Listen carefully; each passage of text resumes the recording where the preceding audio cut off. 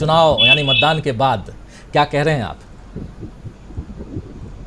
देखिए राजीव जी, जो पूरे दिन का मतदान हुआ है उससे ये संकेतक मिल रहा है कि स्थिति बीजेपी के लिए बहुत ज्यादा खराब है। जिसका मैं अंदाजा लगा रहा था वो स्थिति बहुत ज्यादा खराब है, जैसा मैं सोच रहा था वैसा ही है। और उसके संकेतक के जो कारण है मैं एक एक करके आपको बताता हूं। पहला यह है कि बीजेपी के किसी भी बड़े नेता की बॉडी लैंग्वेज का अध्ययन आप करें, उनके कंधे गिरे हुए हैं, उनके चेहरे से हवाइयां उड़ी हुई हैं। और अगर आप मल्लिकार्जुन खड़गे जी को देखें, डीके शिव कुमार जी एक थ्री व्हीलर को ड्राइव करते हुए पोलिंग स्टेशन तक पहुंचे हैं।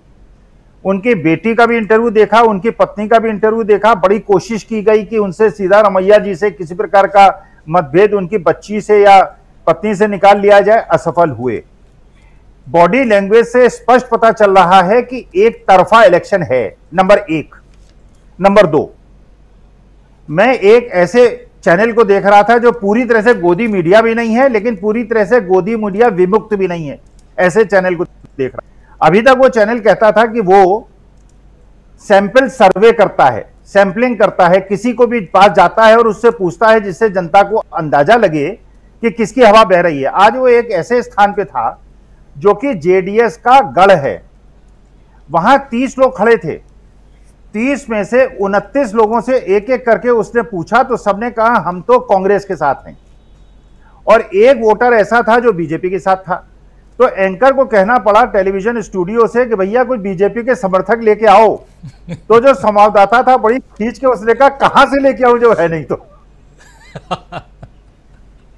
अच्छा, दूसरी बात आप ये देखिए, वो जेडीएस का गढ़ था और जेडीएस के वोटर जो थे वो भी एक भी नहीं था। ये कॉरेस्पॉन्डेंट ने भी कहा और एंकर ने भी कहा यार ये तो जेडीएस का गढ़ है, यहां पे जेडीएस के वर्कर्स क्यों नहीं है।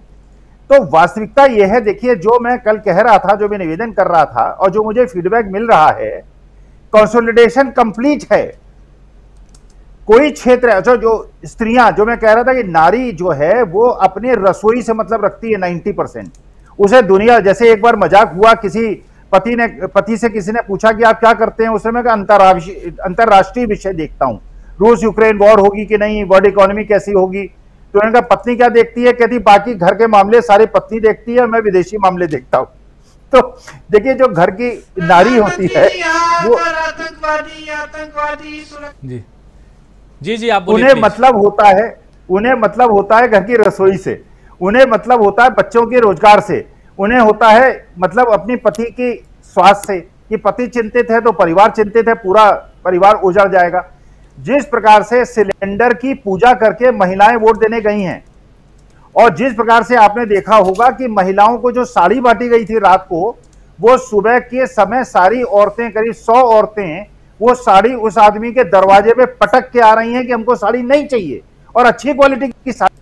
ये परिवर्तन है, ये परिवर्तन कर्नाटका की जनता, जिसको मैं समझता था और मेरा जो पूर्वानुमान था जो 175 का, राजीव जी वास्तविकता में, अब हालांकि मैं गोबर पट्टी का हूं, मैं मीनू जी कहते हैं, बाकी लोग भी कहते हैं गोबर पट्टी के लोगों का बुद्धि नहीं होती, पढ़े लिखे होते हैं।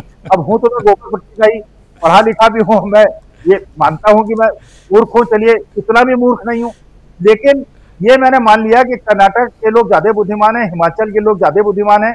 अब कर्नाटक के लोग कितने बुद्धिमान हैं, अब एग्जिट पोल नहीं दिखाएंगे। आप देखिए जितने भी ये तेज चलने वाले आज मीडिया है, कोई एग्जिट पोल नहीं दिखा रहा है। अब एग्जिट पोल में दिखाए क्या वो, अब मुश्किल ये है। लेकिन जब मेरे को लगता है कि अगर कोई अदृश्य हाथ, गोवा से कुछ बसें भर के आई हैं, तो एक प्रेसाइडिंग ऑफिसर ने ये निर्देशित किया कि केवल बीजेपी वालों को वोट मिलेगा, लेकिन गांव वालों ने खदेड़ दिया और उसके बाद वहां पोलिंग रोक दी गई। ये सब सूचना मिलने के बावजूद मुझे ऐसा लगता है कांग्रेस को 2-3 हजार वोट की हैंडीकैप के साथ हर असेंबली कॉन्स्टिट्यूएंसी में लड़ाई करनी पड़ेगी, कम से कम 5000 की लीड लेनी पड़ेगी, क्योंकि 2-3 हजार का हेरफेर तो मैं मान के चल रहा हूं होगा। लेकिन मुझे ऐसा लगता है कि जो मेरा अंदाजा था, कर्नाटक की जनता बुद्धिमान है, उतनी ही बुद्धिमान है जितनी हिमाचल की जनता है, और जिस प्रोपोर्शन में वहां पे वोट सीटों का बंटवारा हुआ है, मुझे लगता है